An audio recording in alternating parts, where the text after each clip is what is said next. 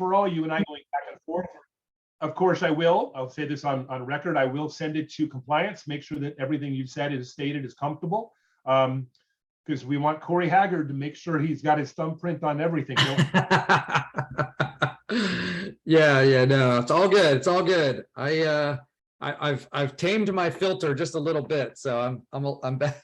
Well, we want to unleash you a little bit today. We're going to get under the cover, but I did send you these questions in advance, and again, answer them any way you would like to. If you want to go down a path, we can do that. We've got a block for the hour. We won't necessarily spend that time. We'll go as quickly as you want to go.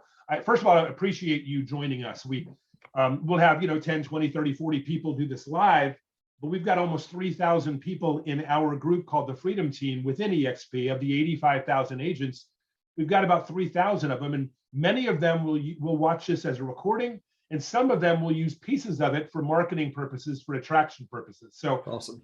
Dave, thanks so much again for joining and being part of the executive team that cares about their agents. Again, that's what we talk about. Now you're showing it as well. Not that you don't do that every day, but we do appreciate you being here. No, I'm glad to be here, man. It's honestly, it's a privilege to be able to hang out with the group and be able to talk to you guys. So I'm excited for the conversation, and I ask away any questions. You sent me some of the stuff, but honestly, it's good just to be able to have the honest dialogue and back and forth and have some fun with it. Good. Well, then we will go ahead and do that. Question number 1 on 20 questions with Dave Conord, president of eXp Realty. Question number 1, Dave, tell us briefly about where you grew up and how those formative years in the Conord house sort of set you up to be who you are today. Oh man. Okay. So I grew up in, actually I was born in Boston, Massachusetts, little known fact, a little town called Haverhill, Massachusetts, north of Boston.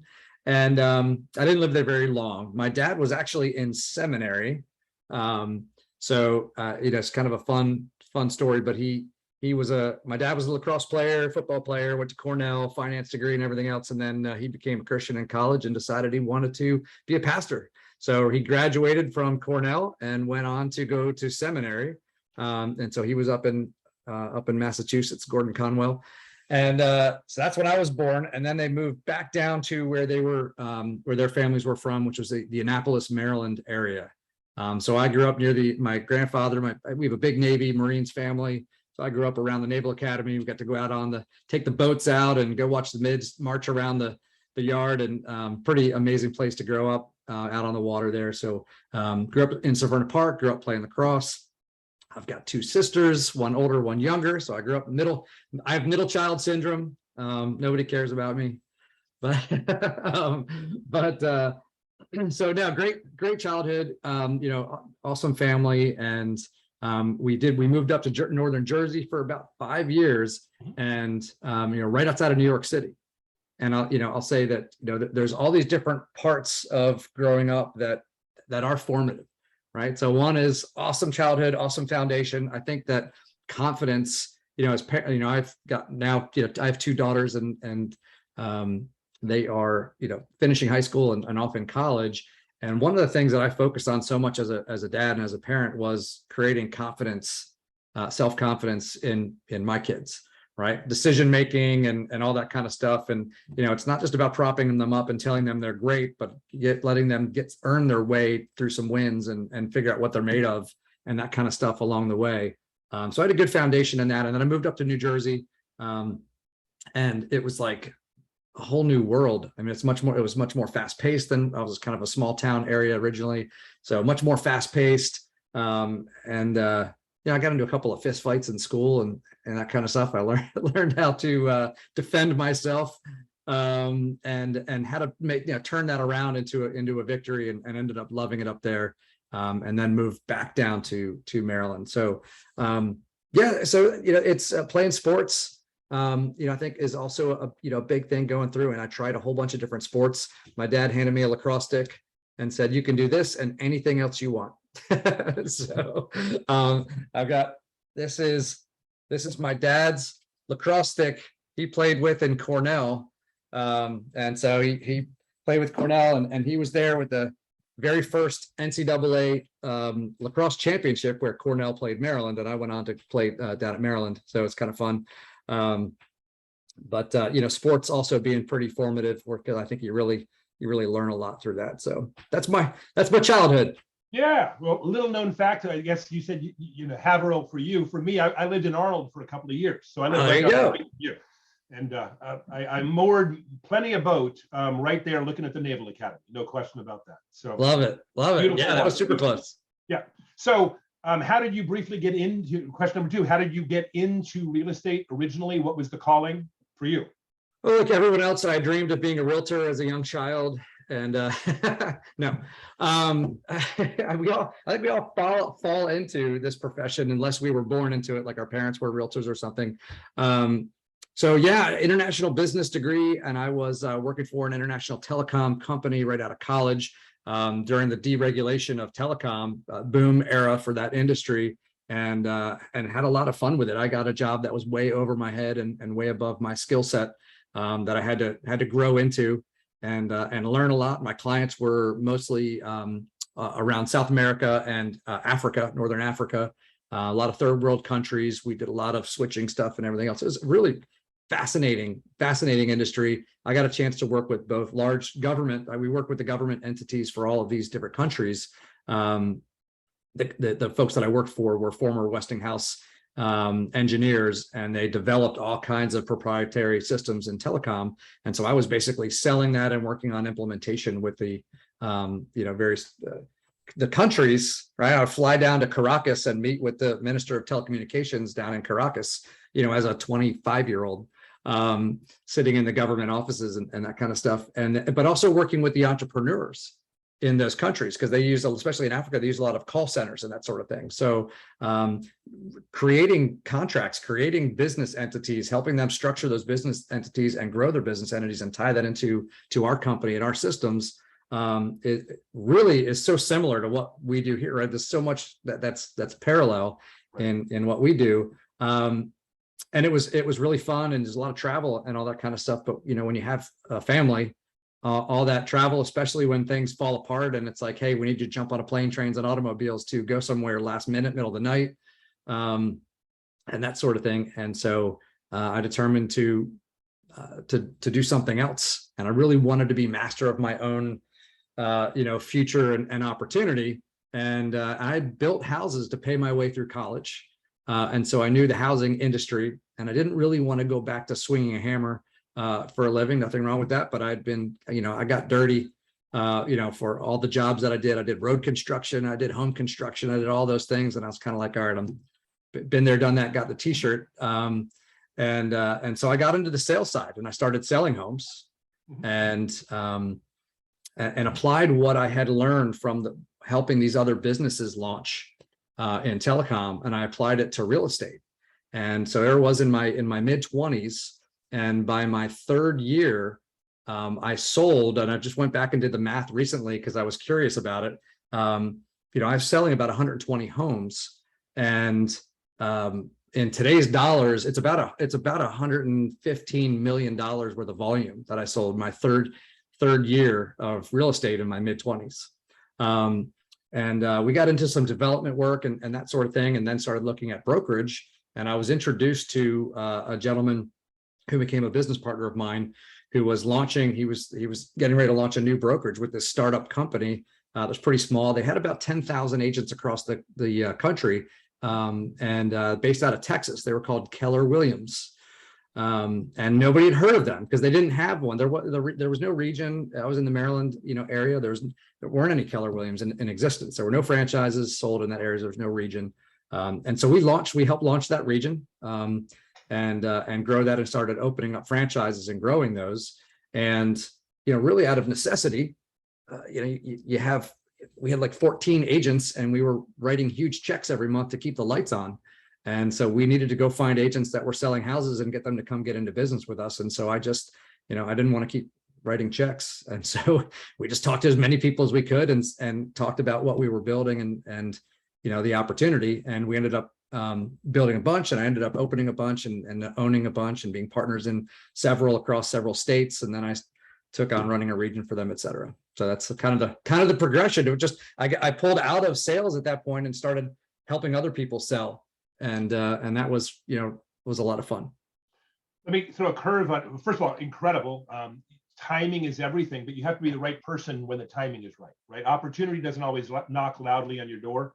Sometimes it crawls down the hallway and just, a light rap.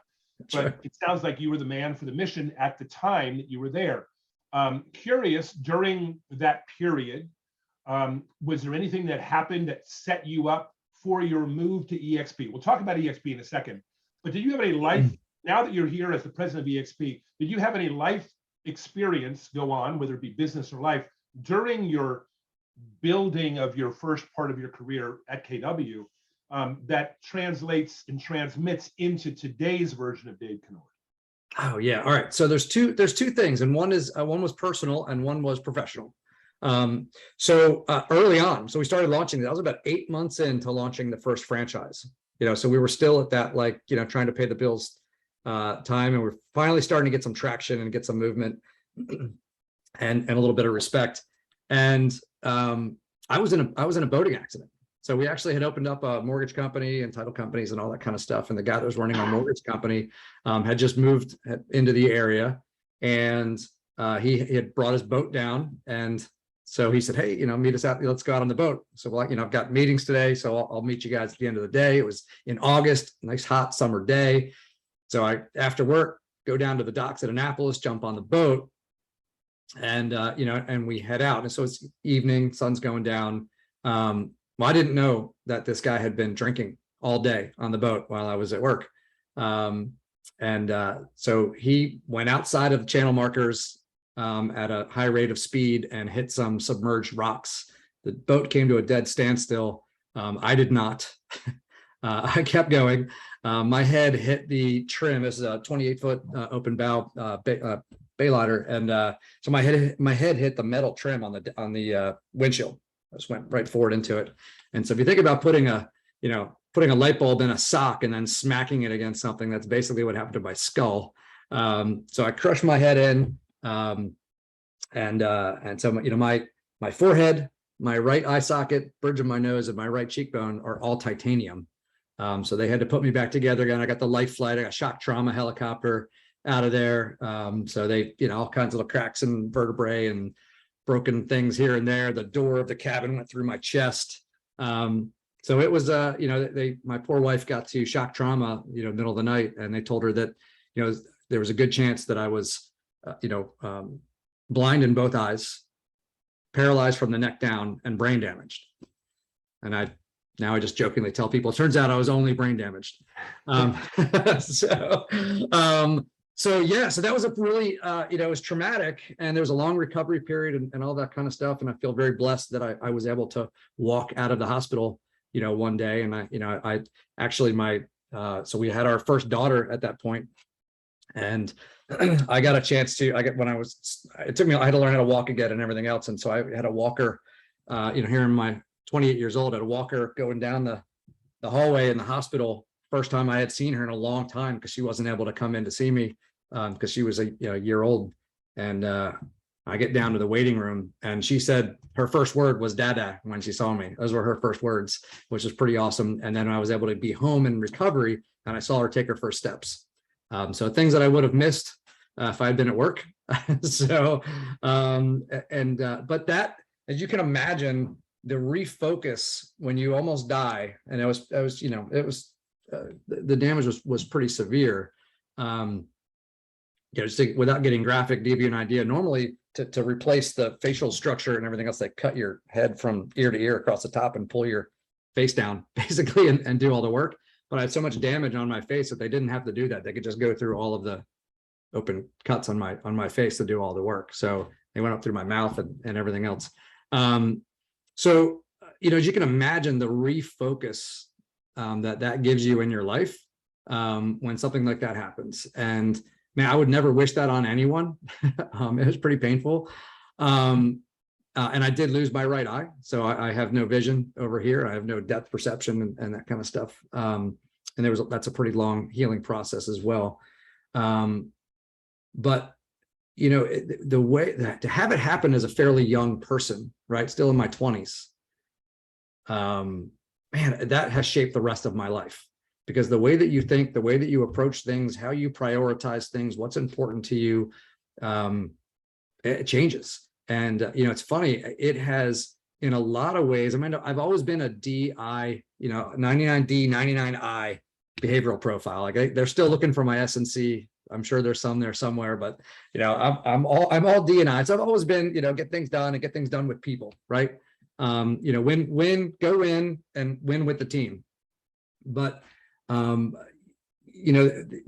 that refocus, certain things don't bother you that used to bother you, and certain things really bother you that didn't bother you before, right? And it's amazing in that focus. And it's like, so the way that parlays into where we are now, and the fact that I even I'm here at EXP, is I wouldn't have probably taken on this challenge before, because I didn't need to necessarily, right? And now the sense of urgency, and also a sense of how do you contribute to the world, and what are you doing here on Earth, and that kind of stuff is different. And I have a really, really, really high sense of urgency, because the amount of time that we have to get things done is not promised, right? So this is, you have an opportunity. I believe if you're given gifts and an opportunity, if you're put in a position to make an impact on other people's lives, you need to take advantage of it. You need to go do it, and you need to go do it now. Don't wait. And so I think that impact has been really, really huge. So I could go on and on. I could probably talk for an entire day about all of the ways that impacted. But the other side of it is, in growing a brokerage, from early days, I'm really blessed that I had the opportunity to be in a small brokerage that started with 14 people. We grew our brokerages, so our offices were over 300 agents in each one of the offices. But to start off with like 14 people or 17 people, and my job, I was a launching partner. I would go launch the offices and go grow them. So we'd always start with 14, 17, prior to the days they required you to have 40 and stuff like that, right? And so we had small groups that we would go launch in, and I sat there with them. And I was also there with those groups during the big market downturn, the crash in 07, 08 timeframe. And so sitting there day by day, coaching my agents, teaching them how to build their business, watching what they go through, watching their struggles, watching their successes, understanding how they think, how they approach things, really, really understanding, what it's like to be an agent. I mean, not only from having sold myself, I mean, I only did that for a couple of years, but now I've got 20 years of working alongside my agents who were my friends, my family. Right. And so really understanding what they need, how their brains work. Agents are different beasts. We think we're independent contractors, and independent is, the operative word there. And so I think it's really, really important to understand how to serve business owners who are independent contractors, provide them the tools and the resources and the confidence and support that they need to go be successful in business. So having done that, I didn't come from being a corporate person to come over to be a corporate person. And so having done that and being in this role, I view, and I meet with my growth team, every week, do some one-on-ones and small groups, and talking with, Amy and Sean and Russ and Frank and the whole team. Right. And we were talking about the fact that, we're this 85,000 agent worldwide brokerage, and our mentality, they're like, all right, Dave, what can we be doing to best lean in to help the company grow and serve our agents?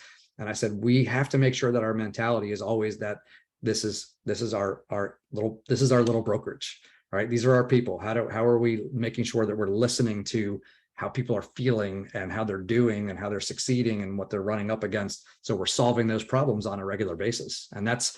And supporting and creating the environment where agents feel that confidence to go out and be successful. And so that's I think that that experience, having done that on a micro level, now really, really helps us as a group build on a macro level. Great answer. We can tell, I've heard you speak a number of times, and you're always passionate about what you do. But those two stories explain to me and others that are listening why you are perfectly suited to be in the role that you're in. Because not only do you have the experience of knowing, but you have, and I'm getting goosebumps talking about this, of understanding. And that's the biggest problem. When you hear a trainer or teacher or guide or mentor or coach talk about what you should be doing. It's different when you know they understand what they're asking you to do. So Yeah.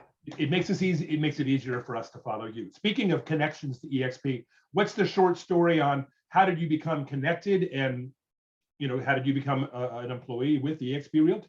Yeah. So when I always say, at one point, a company that I had really loved and I'm grateful for my time there. I spent a lot of years at KW. Yeah, their business model for whatever reason, I just say they zigged and I zagged. I've always taught my people, my agents, that I've just said, listen, the real estate itself and then the company, they're a vehicle. Really, you have to understand where you're going in life and what's important to you and where you want to be and the person that you're becoming and all that kind of stuff. And then your vocation and your partners and all that kind of stuff are part of that vehicle to help you get there. And if at some point that vehicle is no longer the right vehicle to get you there, right? Or if it is no longer on the path that you need to be on, I think what the mistake most people do is they stay in the vehicle way too long. And because they get attached to the vehicle and it becomes part of their sense of themselves. And I think that that's really important to always be assessing who we're becoming, where we want to go, and then make sure you're still on that path to get there. And so at one point it just wasn't the right fit. I woke up one day and said, we're not on the same path anymore. And I just didn't feel really that I was being authentic to myself to be able to do that. So sold everything. I left. I stepped out of my corporate role at that point. I was in a leadership role. So I resigned, sold everything, and was doing some consulting and kind of semi-retired and kind of figuring out what was next. I had a good friend of mine who was also in leadership over at KW, who left shortly after I did for similar reasons. And so we chatted on and off and kind of just said, hey, if you find something really cool, let me know. We were both kind of looking for something fun to go pour into. We've been very blessed by being part of the launch of that company and build success, along the way with that. And so his name was Frederick. You may have heard of him. And so he and I have been friends for over 20 years. And he was actually the first guy that taught me when I opened my first franchise. He was my first instructor over there when I flew down to Austin. We've been buddies ever since. He and his wife Susan are tremendous.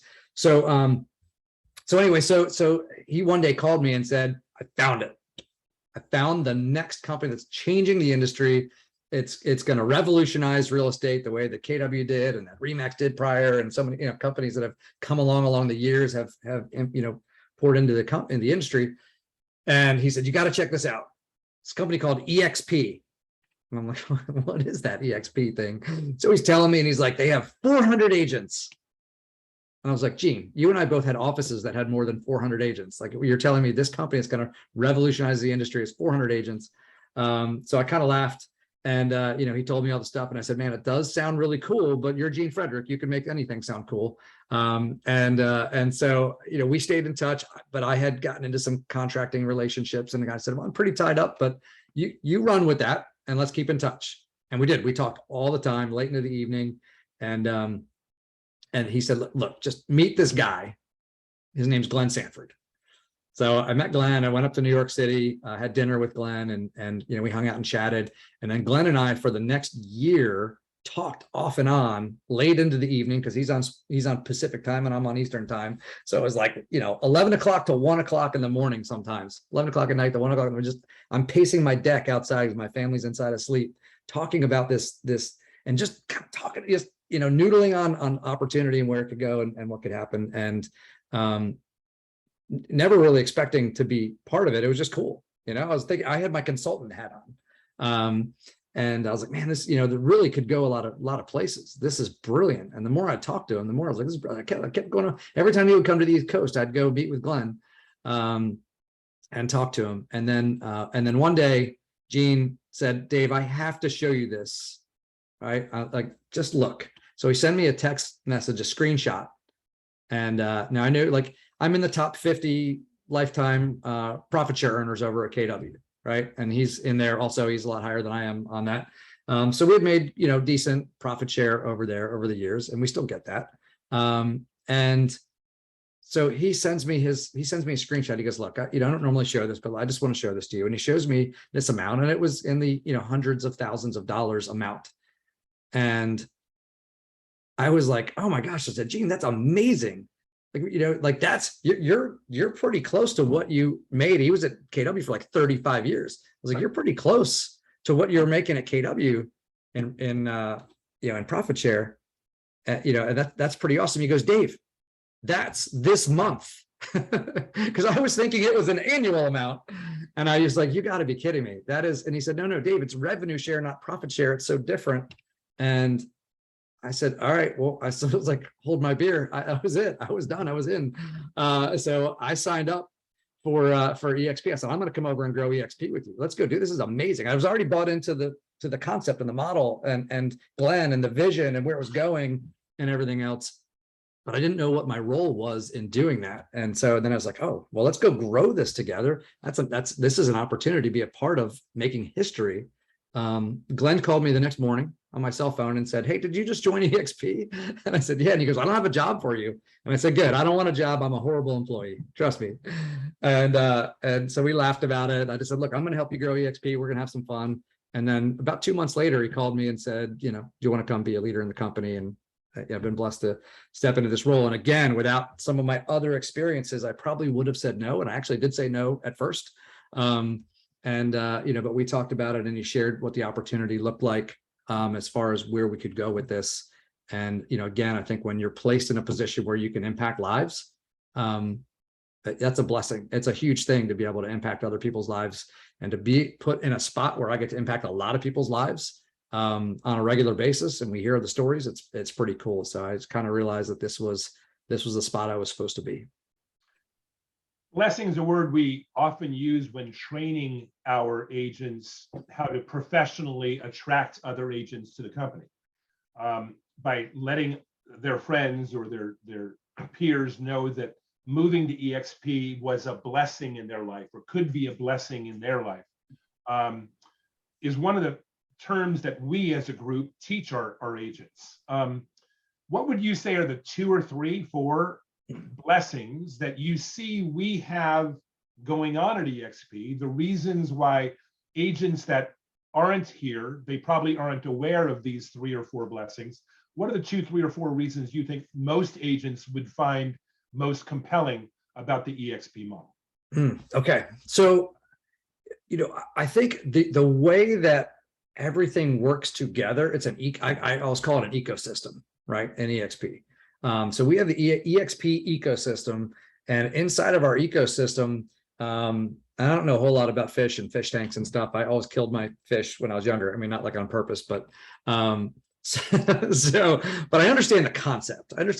If you have an aquarium or something else like that, or you have like a big pond and the concept of like all of the different components help the other survive and thrive, right? And you have to have them in the right measure, and you have to have the right kind of plants and fish and oxygen and all that other kind of stuff, right? It all has to be in there to make it healthy and to make everyone thrive, so you don't kill your fish, and and they get to grow and succeed.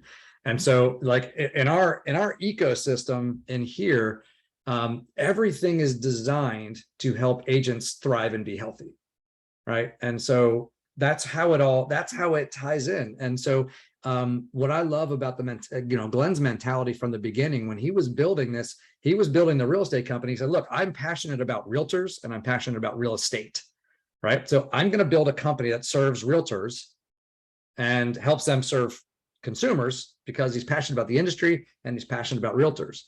But taking a very non-traditional approach is saying, like, if we're passionate about the realtors, it means we're passionate about the humans, the people, right? How do we help them build great lives through real estate? And so, yes, you have to help realtors, build a good business and to serve their clients at a high level and be successful in sales, and to do it without giving up quality of life, to be able to still be there for, friends, family, whatever's important to them, right? To have a life. With the launch of Success Health, right? The focus on, the entire person. You need to be healthy. Let's show you how to build health so that you can continue to have a great life. And, it's trust me, when, if you're in a hospital a lot, it's hard to go enjoy all the other stuff. So, keeping your health intact and understanding and learning how to do that is so important. So it's all of those components. So I would say that, that shows up in things like, okay, tools and systems and everything else, right? You have all of that. We've got our platform. We have all of our CRMs. We're adding a bunch of new opportunities, in that arena, but we're constantly looking at providing all of the tools and systems that agents need to go have a business that operates really smoothly, serves their clients at the highest level, and works with the way that they work, right? So that's one, tools and systems. We're very tech enabled, but it's not about having stuff. It's about having stuff that works. It's about having stuff that agents need and they understand how to use to get the results out of, right? So you got tools and systems over here. Then you have your support, right? Incredible brokerage team. Part of this virtual platform is the fact that, we don't have to just pick from the talent pool in one local market. We can pick from the talent pool globally. We can hire the best of the best, and we can right size them, up and down as much as we need to serve our agents at the highest level and to shift the support in the areas where agents need support as the market changes, right? So we can constantly move that around and have that work for our agents. So that whole entire support system from brokers all the way through accounting and tech support and everybody else in that structure right there. We're building out an entire platform of services. I was just looking at this morning. I'm gonna see if I can give the, hopefully I can find the thing. We have solutions, EXP solutions. It's solutions.exprealty.com, and it goes through all of our partner companies that we are in business with that serve agents in all different ways. And at any of these partners that we have that provide a revenue sharing system to them, like a lot of companies will do those, and those companies give money back to the company. And Glenn has said, hey, I want to share that. We're partners in this. I want to share all of that revenue back with our agents and create an opportunity. So for any one of those where there's an opportunity where the company will say, hey, based on economies of scale, we're gonna make some reductions and do some other stuff. And Glenn's made sure that so Leo Pareja, who's come over recently as our president of affiliated services, has been really strengthening and building that out and doing a tremendous job at that. And now the list of companies is incredible. So all of these partner companies where agents can now partner with them to continue to serve their clients and grow their business. Really amazing. Training. The training platform that we can create here is unlike anywhere else. And here's you mentioned the fact that someone who's been there and done it, when they're speaking to you and teaching you and they've lived the life and they know it, it makes a big difference, right? If you have one person who hasn't sold recently, creating material based on what they knew from 10 years ago, and then they're giving that material to other people who may not be actively selling right now and may not, and if they are, may not have used the material, the practices that you used, right? But now I'm going to give you this material. You teach my stuff from 10 years ago to people now. And that's the training that you get in a lot of real estate companies, right? And if someone's teaching, they may not have ever lived that life. They may not have been where you're trying to go. And no, I don't want to make any inappropriate comments, but like, if I'm going to pick a personal trainer, I want someone who looks like I want to look. If that makes sense, right? I'm not going to go hire someone that looks worse than I think I look to train me, because I want someone who's been there, right? So same, if you want someone to teach you, I want someone who's where I want to go in my sales business and everything else.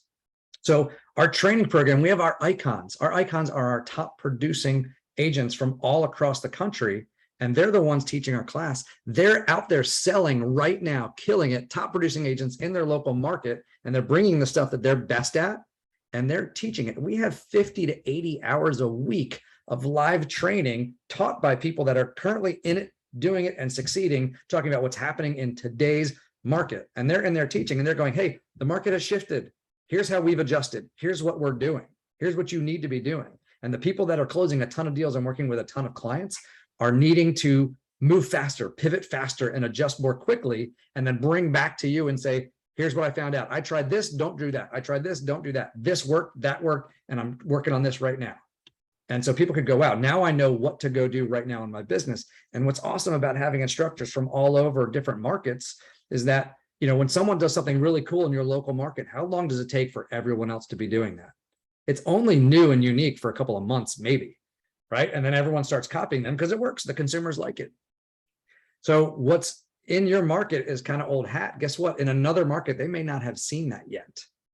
And so when you have top producing agents from various markets from all over the country and all over the world teaching classes, you're hearing things that may not be done in your market yet. You can be first to market to bring that practice to your market and take advantage of a great idea that no one in your market knows about yet. So incredible training in there. And then to tie it all together with our stock and our revenue share programs, we're a big interconnected family web. Right? The rising tide lifts all boats. And when other people are successful, when other successful people come to the company, when people here succeed, everyone succeeds through that. It creates an opportunity for everyone. And also, as they succeed, they're going to bring their ideas in and they're going to teach on it and show you how to go do it. And so that platform getting over here and everyone's leaning in. I've never been in a company, even if I've been in companies with great culture, I've never been in a company that has this sense of how do I give back and lean into other people, because it's going to make us all more successful the way that we do at EXP. And so I think that component of all of those things tied together is our ecosystem. You know, I've been around the company for 4 years and I've never heard it said that way or as clearly. I think there's a graphic running around in my mind right now of exactly what that would look like. And I think you did a great job with it. Our ecosystem is the support. Our ecosystem is the training. Our ecosystem is income opportunities for agents that they're already doing that they just aren't getting profit from. Yeah. With the idea that they can tie into the company's ownership through stock and set themselves up for their future, because not all of us are going to sell forever. Some of us may want to stop before we break a hip or have to climb stairs. It's just the way it works. Now, we just recently launched a referral program, the referral network of agents. Don't want to spend a lot of time on it, but briefly, real quickly, why don't you debut it for us? Yeah, so we've launched so many things in the last 90 days. My head is spinning. I'm so excited about it. The referral program is, I mean, it's, you know, a lot of brokerages have have the referral or the limited function real estate offices, right? LFROs. Is that right? Yeah. So but the concept is simple in that agents right now, we know that when the market slows, there are a lot of agents that may be newer or at a time in their business where they're not closing as many transactions, and the cost of staying in business right now is prohibitive, right? And so a lot of people give up their license. We see it in NAR. We saw a couple of months ago, we saw the first reduction net loss in total agent count in NAR in almost a decade. Right. So we lost about 6,000 agents. NAR shrunk by 6,000 agents in a month. And the growth has slowed. The total year growth is about 2.7% in agent count, but it's been actually negative a number of months recently. Right. So we had still had some strong growth at the onset of the year, and it has slowed and even gone backwards. So people are getting out of the business, and it's a shame to have put so much time and effort to get your license and invest in starting your real estate business, and then to give it up because there's a downturn. Maybe maybe you were trying it for a while and maybe now wasn't the right time for you. Maybe it was it's a secondary income earner that you're hoping to be a primary at some point. You have the opportunity to put your license in referral, which means that you don't have to have the board memberships and the MLS memberships and the NAR memberships, all of those other expenses. It cuts the cost down to $50 a month. So you're just paying $50 a month, and you can keep that going, and you can come back out of that status, that referral status, at any time that you want to. So whenever you're ready, you can come back. And during that time, right, you can still have your clients refer business in. Pick a referral partner inside of someone in your group here.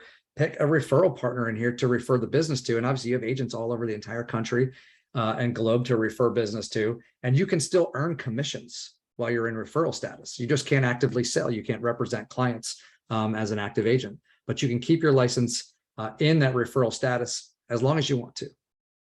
And collect from EXP stock for the things you would collect stock in, and potentially revenue share, assuming you've built a small group or a large group where you want to do that. You want to focus a little more attention on. That's exactly right. Yeah, if you put the effort into launching to getting your license, right, and then you don't want to walk away from that. If you've also put any effort into earning any stock, if you earn stock for your efforts from the company as we give you stock, and if you've earned revenue share by attracting others, you don't want to walk away from all of that. You'd be crazy to. So, step into this referral status, and then hopefully you have the opportunities, and when the market comes roaring back, which it will, that you have that opportunity to keep going, but you still can earn revenue share and stock per usual, and participate in the equity program and all of those things. Well, again, we're always in the front end of thinking what's next, because we're thinking about agents first, not broker owners or regional owners. You talked about brokerages in a difficult time, and we both know we've been through the industry a number of times where it's gone up and come down and gone back up. We know that right now that there's a settling. Prices aren't necessarily coming down drastically, but volume seems to be receding a bit. And we don't know how quickly, and a lot of that may depend on political and some of those things as well. But we know that brokerages have not necessarily been a focus for most of the EXP agents. We've been attempting to attract other agents. We partnered with about 450 or 500 brokerages over the last 12 months, give or take. And there are brokers listening right now that have been working for years to set up their brand, to set up their team, to set up their structure. They have their office. What would you say to a broker that has worked hard to set themselves up as the independent person they want to be, and why they should look at a partnership with us? Yeah, that is a great question. So, to the broker owners that are out there, I've lived your life, for 2 decades. Went through launching the blood, sweat, and tears of growing the business and entrenching myself in our agents and our business and our brand in the local market, and everything that means. And it feels good to do that, right? To have your own business and that sort of thing. The way that I encourage you to look at this is that a partnership with EXP is incredibly different than, selling your company, from walking away from what you built. It's incredibly different from, really any other merger, acquisition, or something else like that. I want you to look at it as the next step in the business evolution of a successful entrepreneur. Okay. So you start off as a solo agent. You start your business, you start selling houses. When you built that enough and you're selling enough houses, you need leverage. And so you bring in your admin, you start to bring in administrative team, support, transaction coordinators, and everybody else. And, at first you may net a little bit less than you net before, because you got to pay the salaries and the money to hire those folks and everything else. But if you hire correctly and they do the right things, your business grows and your net grows beyond that, right? And then you keep going. And at some point, you need to hire a buyer's agent. And so you leverage again and you bring in a buyer's agent. And so now they're out there closing deals and they're driving the buyers around and they're closing transactions for you. You're getting a portion of the commissions. Now you're not getting the amount you used to get, right? Because you have someone else doing a lot of the work for you and they're out there closing deals, but that creates this leverage and you can have multiple people doing that. And so if you do that properly, right, and you have enough of that business going, then your net again has a growth moment, right? And it allows you to grow. There's only so much you can do on your own, right? And so you grow, and then you have listing specialists, you build a huge team. But as you build a huge team, you pull yourself out of production as a requirement, because you have to lead your team. For your team to operate properly, you spend a lot of time leading your team. You spend a lot of time supporting your team, encouraging your team. Now you've got staff and you've got people that don't show up, and you're running a business, you're running a company right now, inside of a company. And you're doing all of those things and you're building that leverage. And so your time from your own production is pulled away. And at some point, you're going to hit a ceiling of achievement on that as far as how big you can go with that team. So the next growth point that people typically will go to at that point, they'll start looking at opening a brokerage. Because if I have a brokerage, I don't have to have quite the same oversight on the other agents that aren't on my sales team. They're out there selling and I don't have to manage them every day, right? And I could hire an office manager and, or someone like that, right? Who then manages that business manages those agents for me. So now I've got my team and I've got that. But as you grow that, it becomes the same thing. At some point, you hit a ceiling of achievement where there's only so many agents in your market that you're going to get in your local office, right? I know that we had agents where they have these like psychographic boundaries where they go, well, there's this spot is 15 minutes away, but they had to cross this bridge, and no agents would cross that bridge to put their license in this office. They had to have an office on this side of the bridge. It's 15 minutes away, but we know that there's a growth point. There's going to be a boundary. And even if we had a brokerage that had 900 agents, the largest, most successful independent brokerage out there, single office brokerage out there. And they had built something, they were highly profitable and highly successful, but they had expanded as big as they could possibly expand in their local market. And they knew the next step was to go open another one. Well, to go open another one, you have to duplicate the magic that you built in this one, right? And so their magic was the people they had. It was the talent that was there that poured in and cared. It was them showing up every day to do that.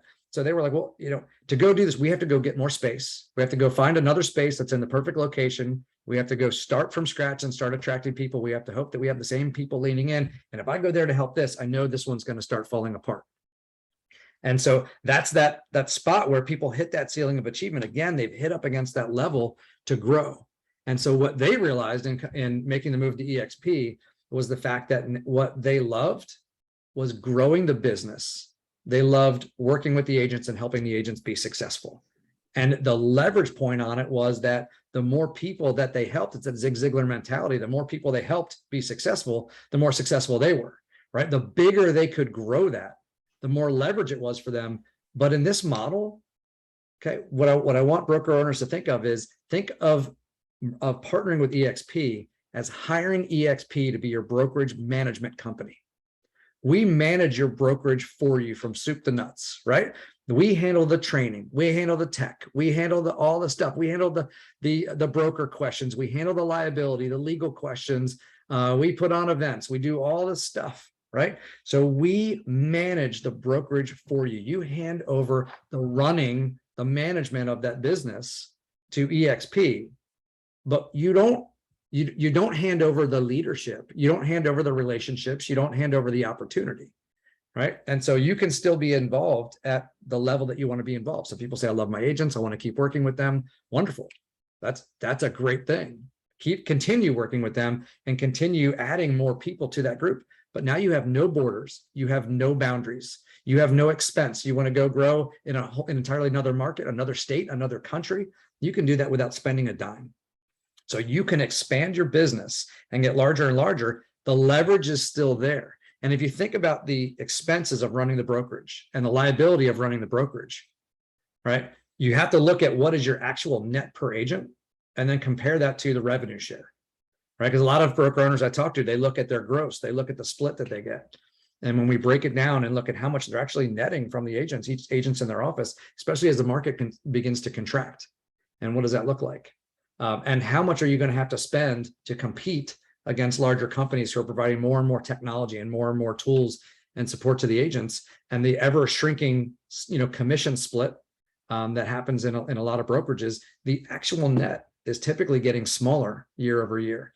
And so this is an opportunity to hand over the management, hand over the liability, hand over a lot of the responsibility and the constant investment into technology tools and support, and have a platform that you can't outgrow.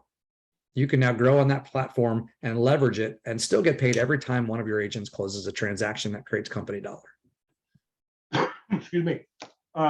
Phenomenal answer. It sounds like, if I can glean from that, and you ended with it, the three main reasons why brokerages should evaluate a partnership with EXP is because of, number one, that they can lay the management side of the number crunching or the responsibility off if they want to. Number two, they can lay all the legal liability for the most part off completely.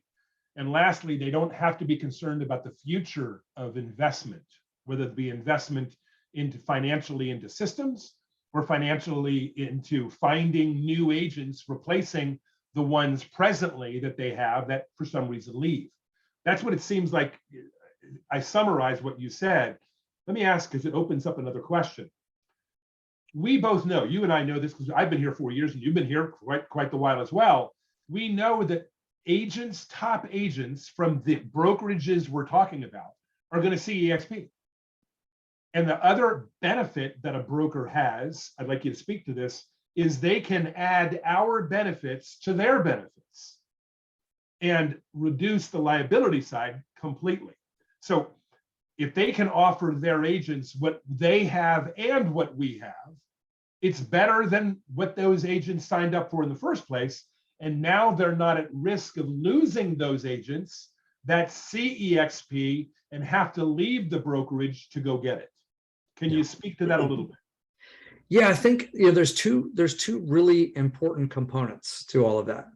One is hopefully the broker owners care a lot about what's provided to their agents, right? And so I think number one, when you're not saying, hey, I sold the company, right? Because we don't buy brokerages.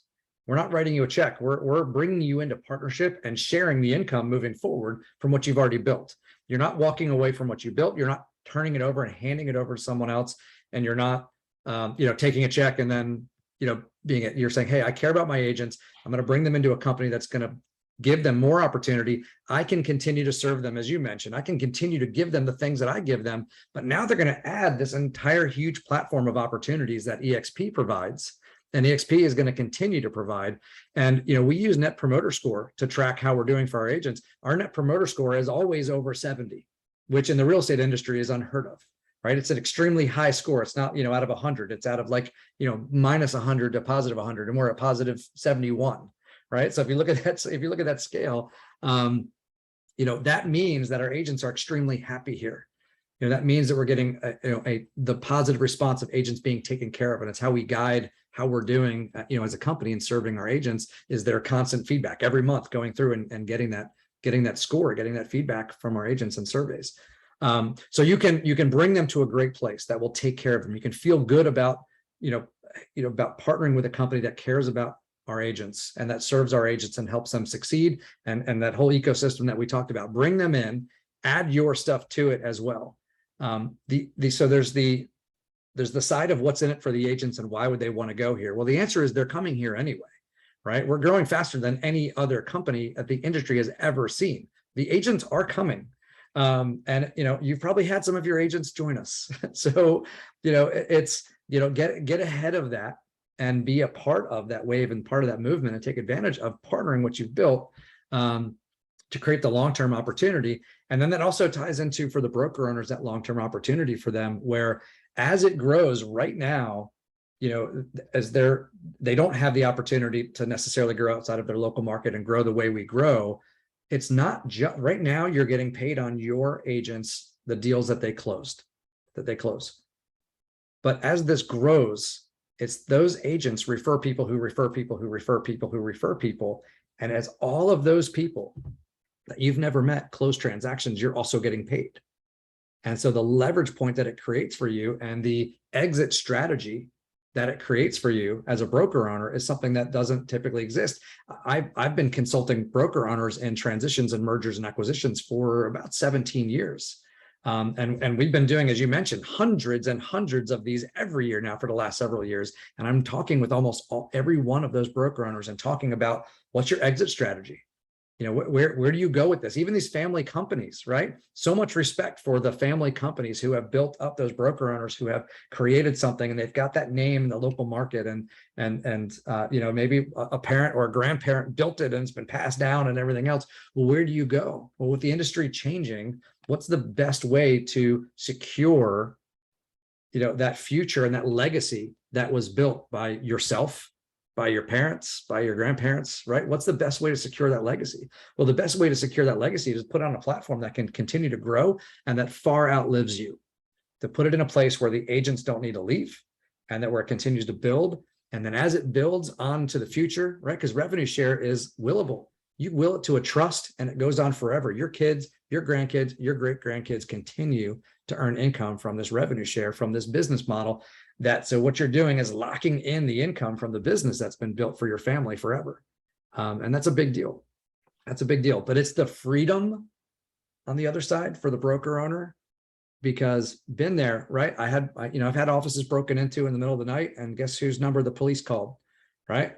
They called mine, and I was getting dressed in the middle of the night and driving down to my brokerage office to go in there and figure out and getting all windows boarded up and, dealing with the insurance company and all that kind of stuff. Those things happen. I guess when they happen, when you're on vacation or when your kid has a school recital or whatever it is, or, all of those things, that's when they happen. Well, you don't have to worry about those things anymore. And that there's a lot of freedom as this continues to build, to go dial into what you love, where your passion is, serving and helping other people, building a business, but not one where you're tied to all of the minutia of it every day.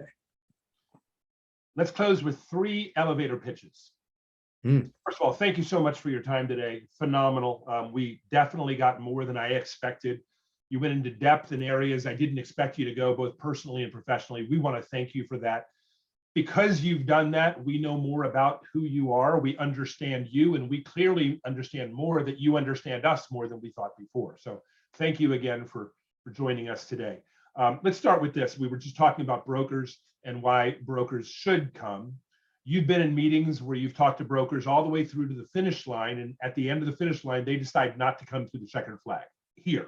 They decide to stay there. What would be the #1 reason why you think brokers stay where they are, but should have moved ahead? Now, I want you to understand, I understand some brokers shouldn't partner with us. We get that. But the ones that should partner with us and don't, what would you attribute that to in a quick bite? Yeah. Well, I'm just going to be real.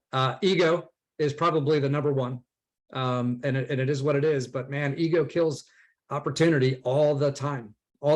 And so, if that's where you are at any business opportunity, never make decisions based on your ego. You have to look at the opportunity. You have to look at the long term and what you really want.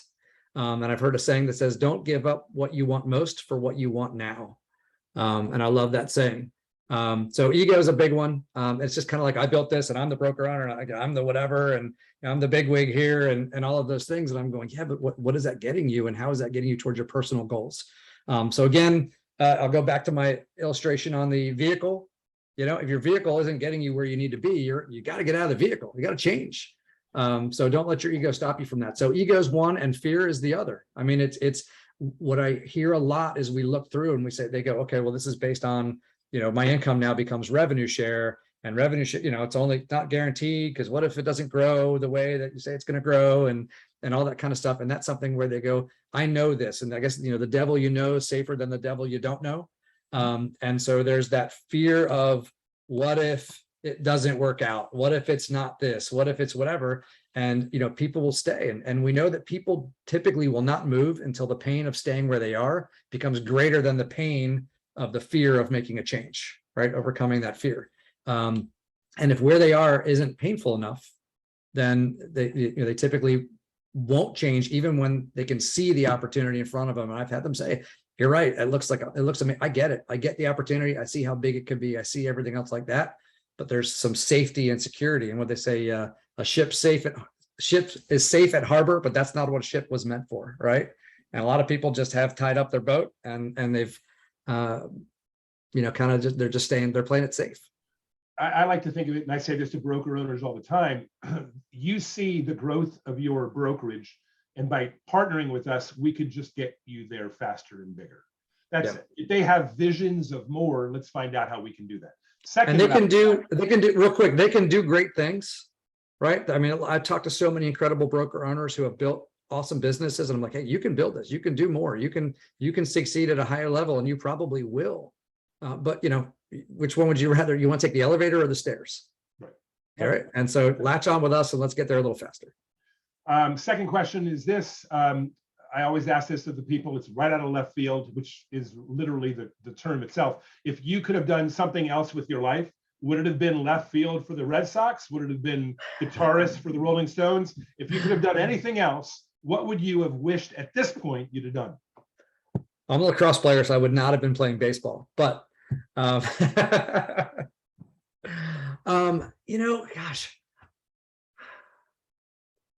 it is something that, I got into the Naval Academy, and decided not to go. And, and so I do sometimes look back and go, the opportunity to serve our country and to be part of the military and to be part of the Navy, and got, a lot of folks in the family.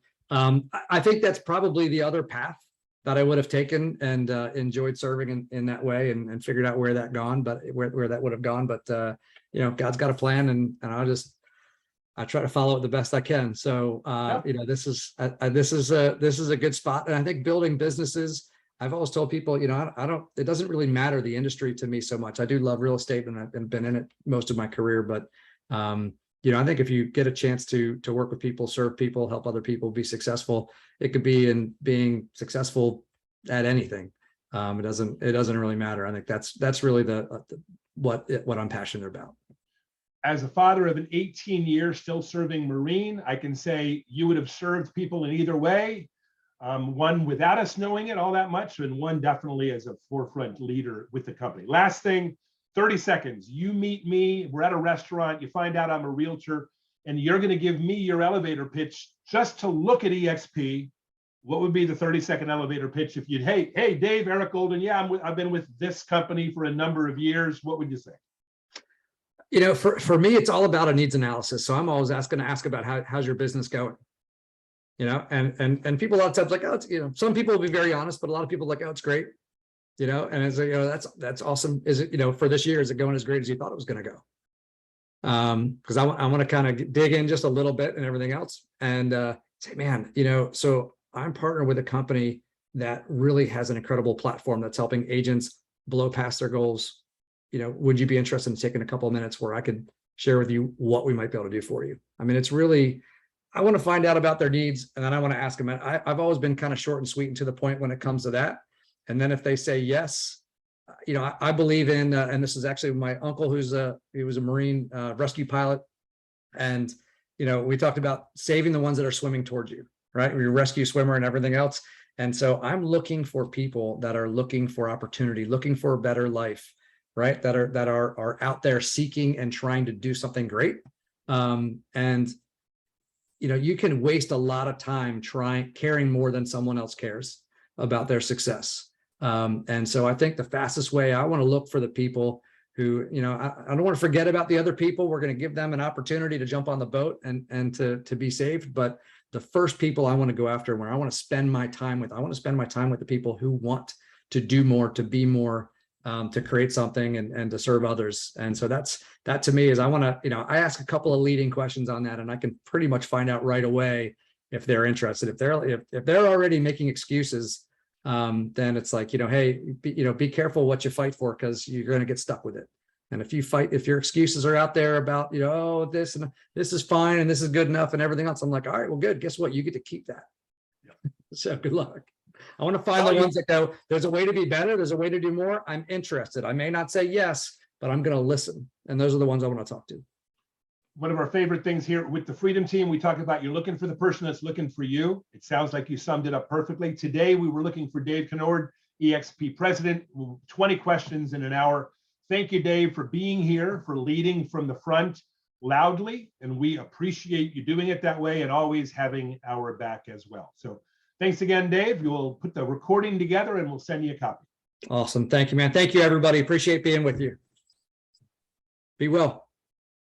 We will. Thank you, sir.